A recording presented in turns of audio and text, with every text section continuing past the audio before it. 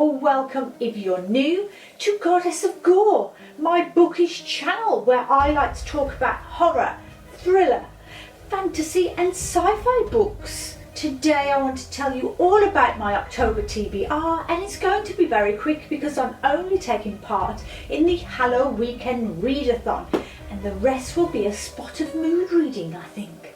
But nevertheless, we'd better get on with it. First of all, I would like to tell you that normally I abstain from horror during the month of October simply because everyone and their mums is taking part in the spooky season, and I use the month to take part in my own anti-spooky month, a recharge from all of the horror that I read the rest of the year.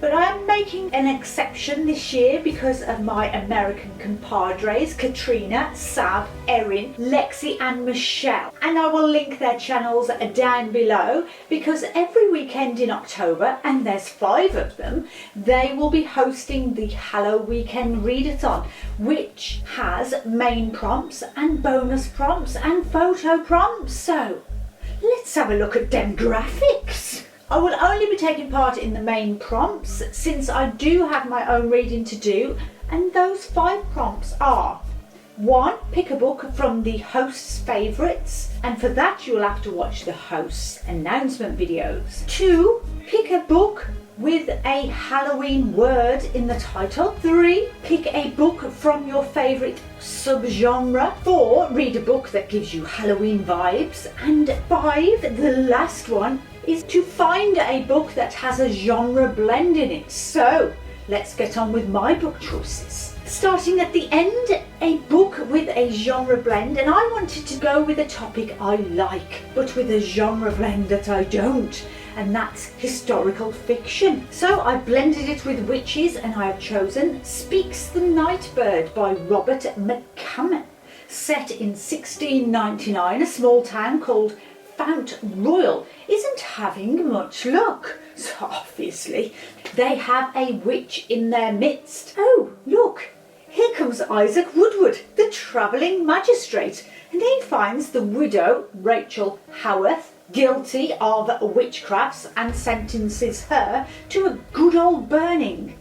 Those pesky men, funny little creatures. Want to know what else is funny about this?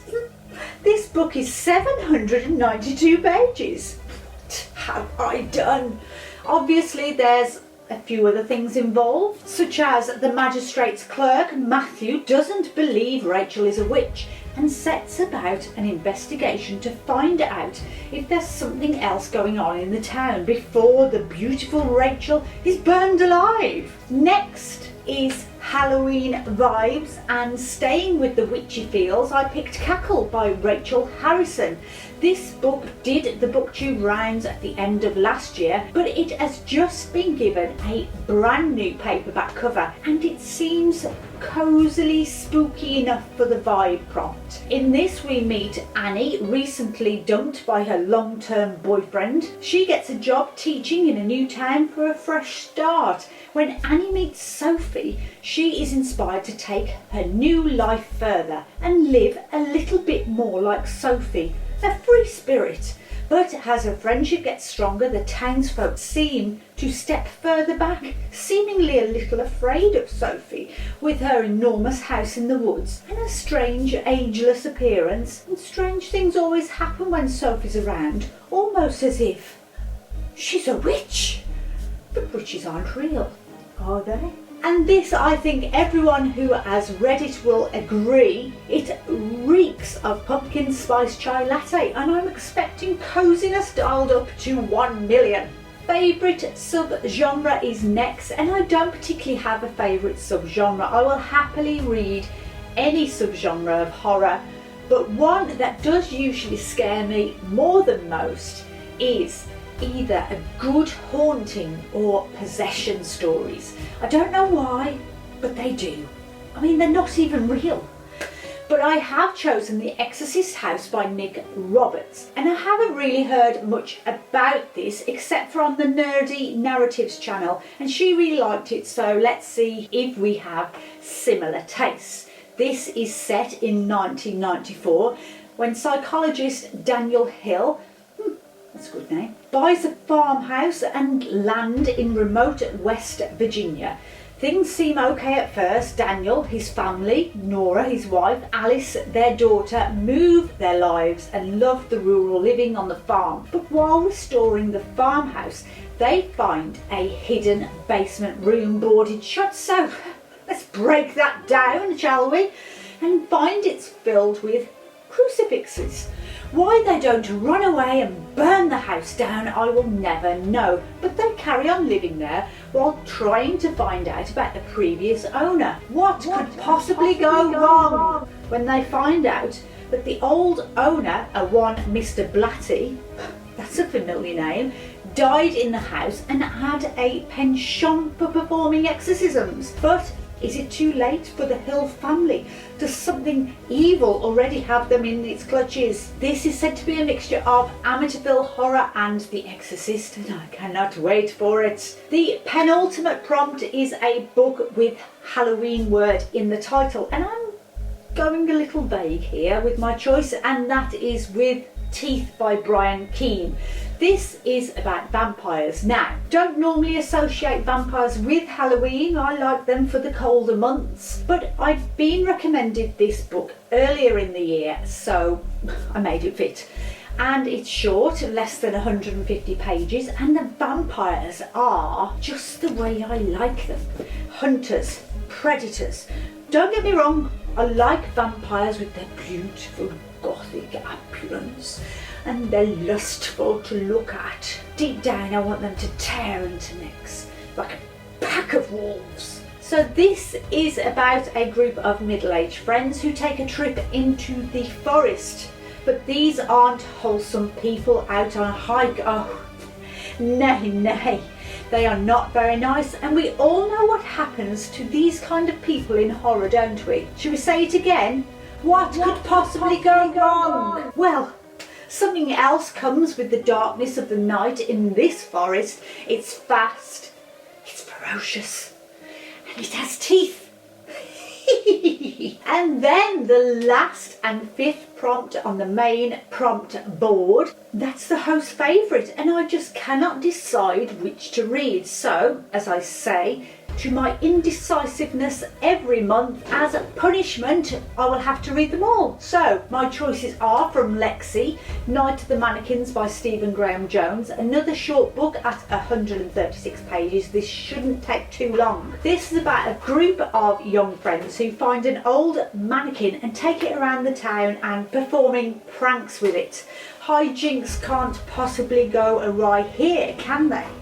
Confessions by Kene Minato and translated by Stephen Snyder was one of Erin's favourites, and this is about revenge. When Yuko Moriguchi's daughter is killed by the pupils in the class she teaches, she decides to give one last lesson before she resigns. In her final lecture, she tells the class a story about two of the children in the room, a story that will set in motion her crazy plot for revenge. I don't think I've heard a bad review of this book, so I'm really looking forward to that. Not sure if it's horror though, or just a high tension thriller twisty novel. Home Before Dark by Riley Sager is Sav's favourite recommendation, and this is one of Sager's that I have not read before. I have been putting it off for a rainy day, so why not read it for this? This is about a Victorian house that when Maggie was a young girl, her parents bought, and after 3 weeks abandoned in the dead of the night. Her father later wrote a book about the goings-on in the style of Amityville Horror, and it became a worldwide sensation. Maggie, being too young, never remembered anything that her father wrote about, and so therefore didn't believe a word of it. But now she's been left the house after her father's death, and she just wants to restore it and sell it on. Shall we say it together? What could possibly go wrong? Yeah.